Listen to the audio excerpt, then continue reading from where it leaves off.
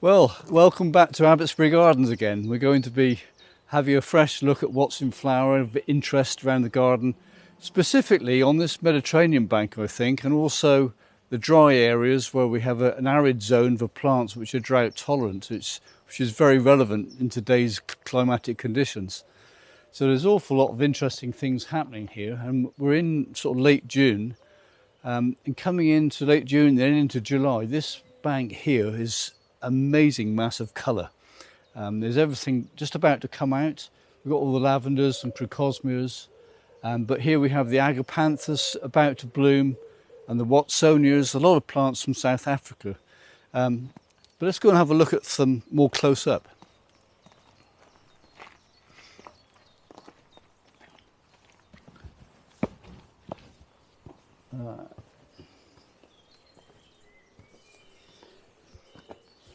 Most people recognise Santolina. It's quite an ordinary shrub for many people.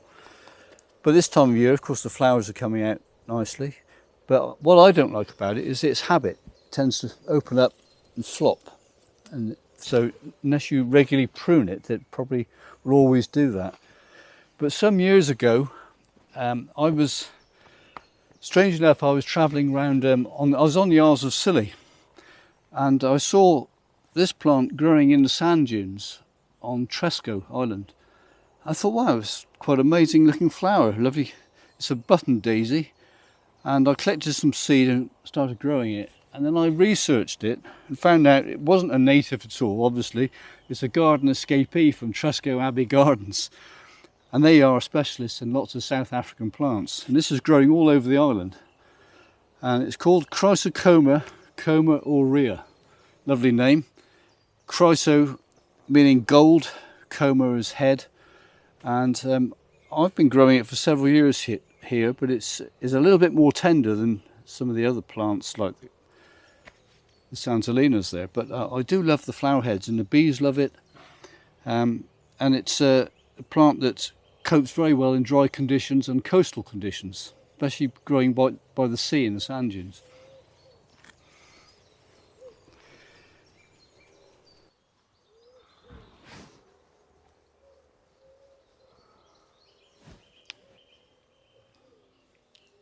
Another plant that grows well here on the Med Bank is SALVIA species.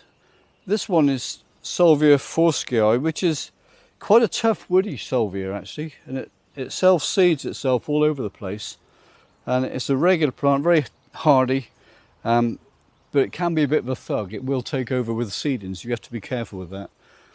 Another plant growing well on this dry bank here is, well, it's not tender at all. Everybody will recognise it as a border plant. Lychnis coronarius. But what's good about this plant is it really is a biennial, and it seeds itself around, coats with the dry conditions, and you know, this is a white one, slightly different. If you look just down there's a red one, beautiful carmine pinky colour. That's the more common one. But I like the way they naturalise around the flower beds, so you can let them pop up as seedlings, and they're short-lived, but they're well worth keeping. I first saw this one in a garden called La Plume garden on the River Seine in Normandy, and they were growing it in amongst lots of grasses blowing about in the wind, and I thought, fantastic. And just by chance a seed head fell in my pocket, and when I got home I found it there. I thought, oh, that's interesting, so I grew them, and now we have them here.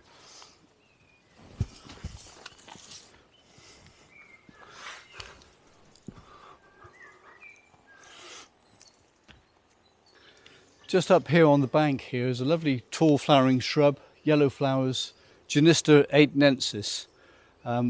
Its more common name is called the Mount Etna broom, where it grows naturally. It's endemic to Mount Etna in Italy, and it grows all along the hillsides and the mountains around there. Obviously lives a hot, dry spot here, and it's been growing here for about 10 years, but it gradually gets a lot of wood in it, dead wood, which will eventually have to be taken out.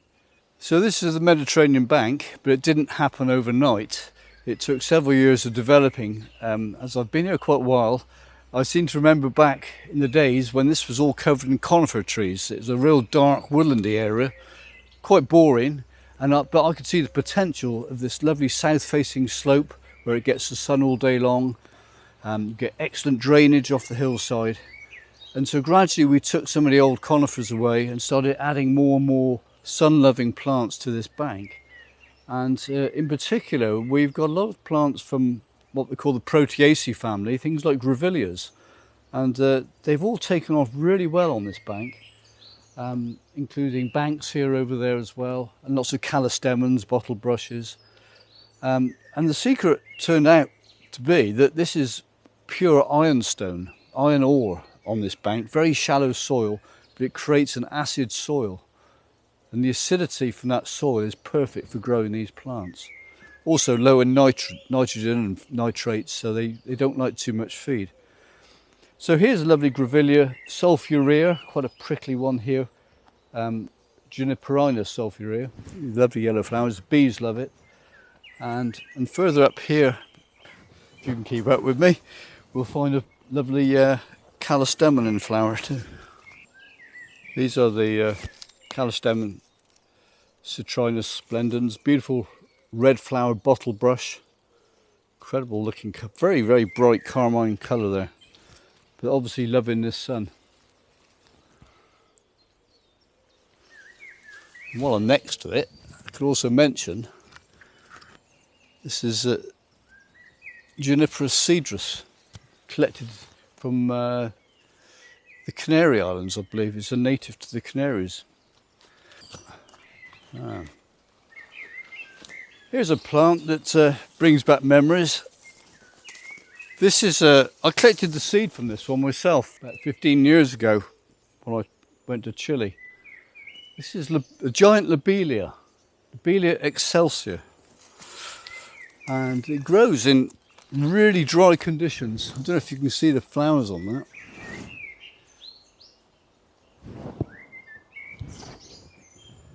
It looks a bit like Lobelia tufa, but much, much bigger. Growing in Chile and Argentina, up in the Andes, dry arid zones. I found this growing in La Campanula Park, just sort of central Chile near Santiago. And it grows into a big sort of tall plant. It can get twice as tall as that in its natural conditions. And the hummingbirds seem to love it. You see the hummingbirds feeding off it all the time over there.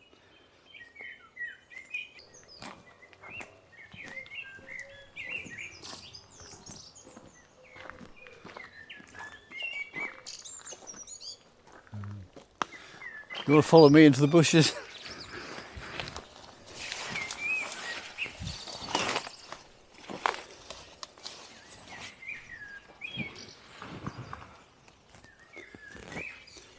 I expect most people would, if you look at the flowers, actually they're going over a little bit, it's fun, nice clean one. It's obviously like a giant busy lizzie, isn't it? So this is Impatiens tinctoria. Comes from central Uganda, up in the mountains, and it's an incredible plant. Can get even bigger than this. It's got a huge fat root system, like a giant dahlia underground.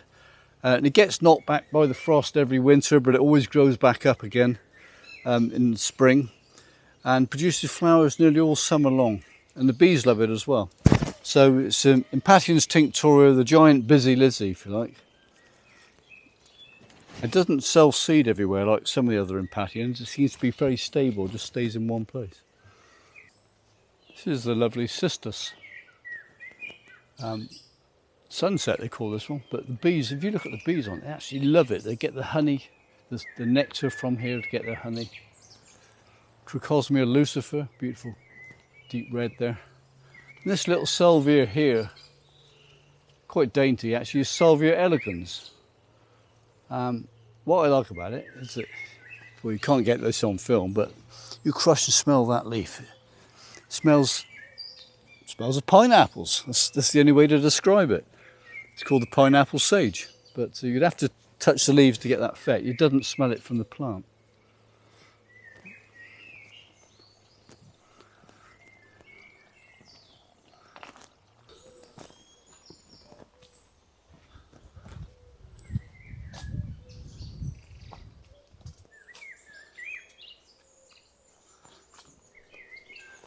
can't resist it. I'm meant to be looking at drive plants, but we're just in this lovely little shady corner here. Over the years, I've been creating an area which is like the Laura Silver Forest from Madeira, and also parts of New Zealand, all loving this kind of humidity. And so we're growing the right plants for the right place. Obviously the tree ferns here, Podocarpus, and this great big thing. Not many people often see this growing outside. This is Muscia wallastoniana, endemic to Madeira up in the mountains. Beautiful great big leaves, very exotic looking. But of course it's a biannual, so it'll produce all this growth and then it'll put a flower spike up like a giant pyramid with kind of pale limey coloured flowers, but really interesting. And then it will die and then seed again. So we grow them on a regular basis and dot them around the garden, and every other year one will flower and one will die away. So we keep it recycled. But just for a plant, it's very architectural on its own.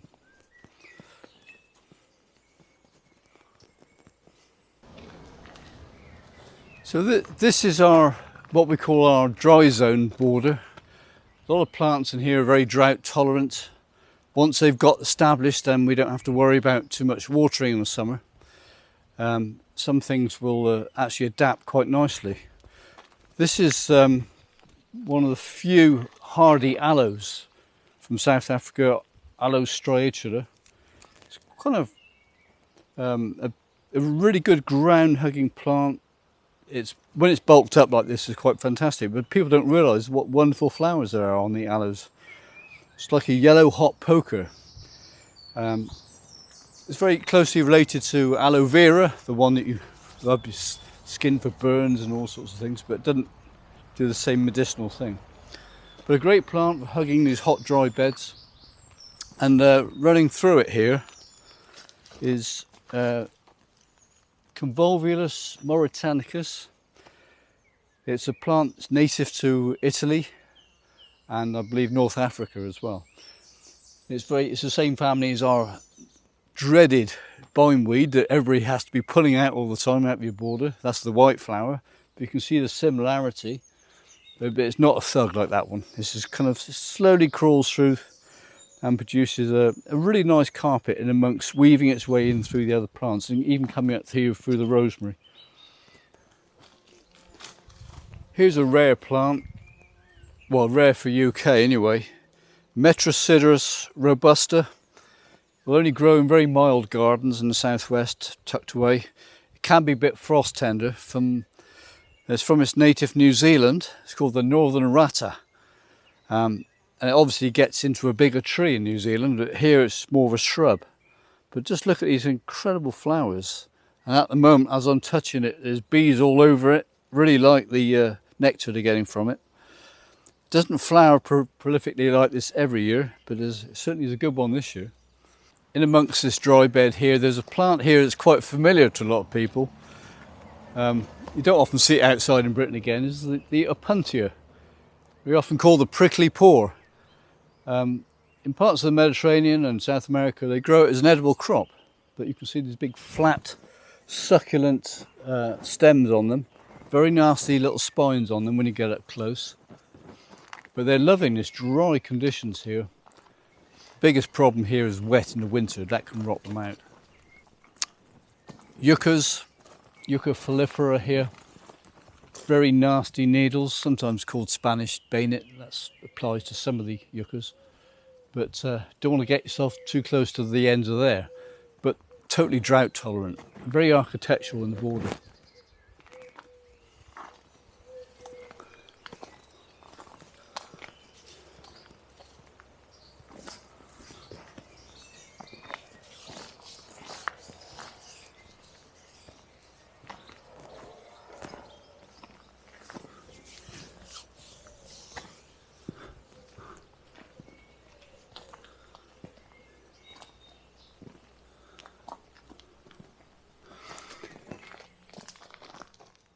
We've also got some nice big structure plants running through here.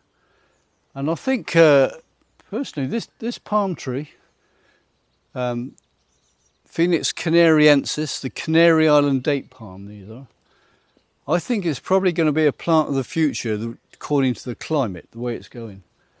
For many years, people were buying these as little 5-litre pots in the marketplace, thinking, oh, that's a nice little dot plant, we'll stick it in the garden.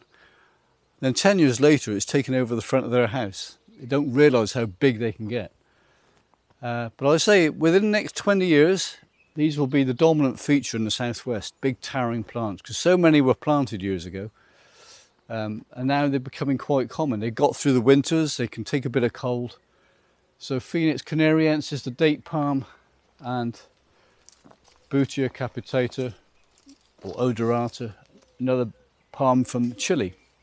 Both prominent in the landscape, looking very kind of architectural and, I would say, quite exotic really.